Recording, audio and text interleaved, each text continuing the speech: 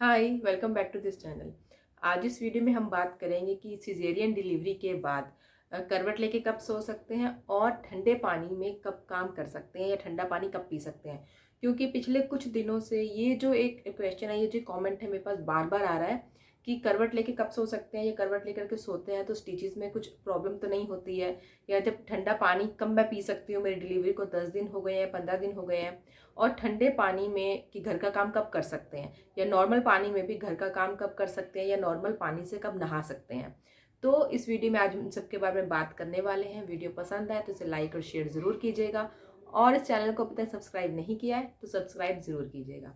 तो caesarean delivery के बाद करवट लेने की जहाँ तक बात है, तो करवट लेने के लिए जैसे डिलीवरी के बाद 3 दिन का स्टे रहता है हॉस्पिटल में, तो करवट लेने के लिए आपको तभी दूसरे या तीसरे दिन डॉक्टर बोल देते हैं। जैसे मेरी डिलीवरी के में दोनों डिलीवरी में यही हुआ था कि दूसरे तीसरे दिन मुझे डॉक्टर ने खुद ही बोल दिया था कि करवट लेके आप लेट सकते हो, अगर आप जब करवट लेना चाहते हो तो आप लेट सकते हो। और उस टाइम पे जैसे स्टिचेस में बहुत पेन रहता है, तो खुद से करवट लेना पूरी तरह से इतना मतलब ईजी नहीं होता है, तो वहाँ पे जो भी स्टाफ होता है वो आपकी हेल्प करता है इसमें, तो आप करवट लेके लेट सकते हो। और घर आने के बाद भी आप किसी फैमिली मेम्बर की हेल्प ले सकते हो करवट लेके लेटने में, क्योंकि स्टिचेस तो है जैसे 1 महीना लगता है पूरी तरह से डिजोल्व होने में। तो ऐसा नहीं है कि जब तक स्टिचेस कंप्लीटली हील नहीं हो रहे हैं, अच्छे से ठीक नहीं हो रहे हैं, तब तक आपको सीधे ही लेटना है। क्योंकि सीधे लेटने में ज़्यादा प्रॉब्लम होती है कि एक तो उठने में बार बार दिक्कत होती है, कि सीधे लेट के हम सीधा उठने में ज़्यादा पेन होता है, तो करवट लेकर ही उठना होता है तब भी।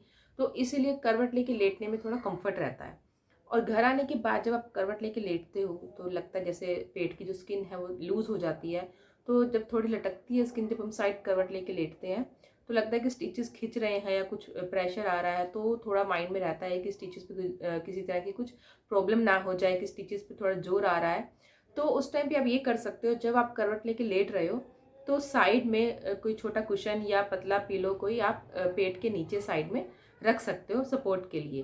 उससे ये होगा कि जब हम साइड करवट लेके लेटते हैं तो जो फीलिंग आती है कि स्किन लटक रही है या स्टिचेस में कुछ खींच रही है स्किन, तो वो नहीं होगा और सब सपोर्ट लेके आराम से लेट सकते हो। और साइड करवट लेटने में ये भी बेनिफिट होता है कि जब बेबी को फीड कराने के लिए बार बार उठना होता है या वॉशरूम जाने के लिए उठना होता है, तो साइड करवट लेटे हुए हम आराम से उठ सकते हैं, तो पेन थोड़ा कम होता है। और जैसे अगर पूरी करवट आप नहीं ले पा रहे हो, स्टिचेस में पेन हो रहा है, तो उस टाइम पे आप अपने पीछे बैक की साइड पे भी एक पिलो आप रख सकते हो सपोर्ट के लिए, तो आप आराम से लेट सकते हो।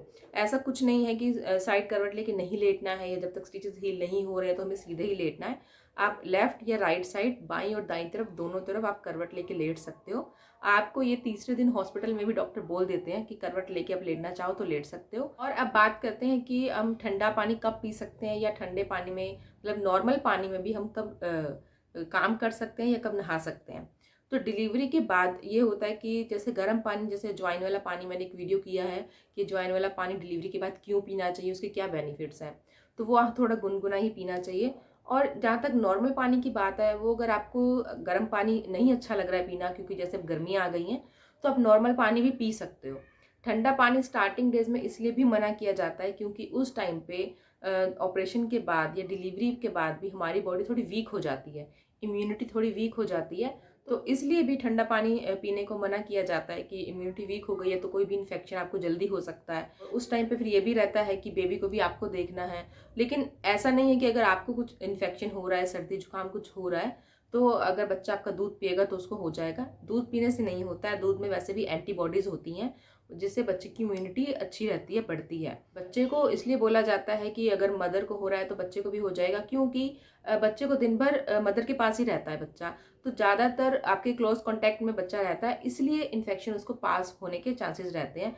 ऐसा नहीं होता है कि अगर मदर को कुछ इन्फेक्शन हो रहा है, सर्दी जुकाम, तो दूध पीने से बच्चे को हो जाएगा। वो क्लोज कांटेक्ट की वजह से बच्चे को इन्फेक्शन पास हो जाता है। इसलिए इस बात का ध्यान रखना चाहिए आपको स्टार्टिंग में कि ठंडा पानी जो है पीने के लिए आप मत यूज़ कीजिए। जैसे गर्मी है तो आप नॉर्मल पानी पी सकते हो, क्योंकि सर्दियों में तो वैसे भी गर्म पानी अच्छा लगता है। तो गर्मियां हैं तो आप नॉर्मल पानी पी सकते हो अगर अभी जल्दी आपकी डिलीवरी हुई है तो, और नॉर्मल पानी में काम भी कर सकते हो और नॉर्मल पानी से नहा भी सकते हो। गर्म पानी से नहाने को इसलिए बोला जाता है कि जैसे मसाज की जाती है और उस डिलीवरी के बाद बॉडी में थोड़ा पेन रहता है, तो अगर आप गर्म पानी से नहाते हो तो आपको रिलैक्स फील होता है, आराम मिलता है, इसलिए सजेस्ट किया जाता है।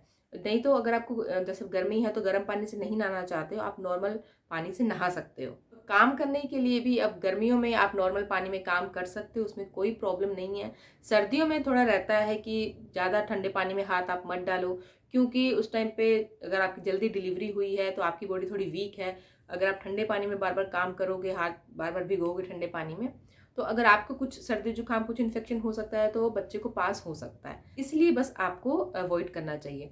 नहीं तो अगर आपको जैसे फ्रिज वाला पानी अगर आप पीना चाह रहे हो, जैसे कुछ लोग होते हैं जिनको बहुत पसंद होता है, तो आप थोड़ा बहुत कभी कभी आप पी सकते हो, उसमें भी कुछ हार्म नहीं है। और एक और जो कमेंट है मेरे पास आता है कि डिलीवरी के जैसे 6 महीने हो गया या 1 साल हो गया है तो अभी भी स्टिचेस में पेन होने लगा है, तो इस पे हम किसी दूसरे वीडियो में डिटेल में बात करेंगे। ये वीडियो पसंद आया तो इसे लाइक और शेयर ज़रूर कीजिए और इस चैनल को सब्सक्राइब ज़रूर कीजिए। आप मुझे इंस्टाग्राम और फेसबुक पर भी ज़रूर फॉलो कीजिए। Thank you for watching Indian Moms nest.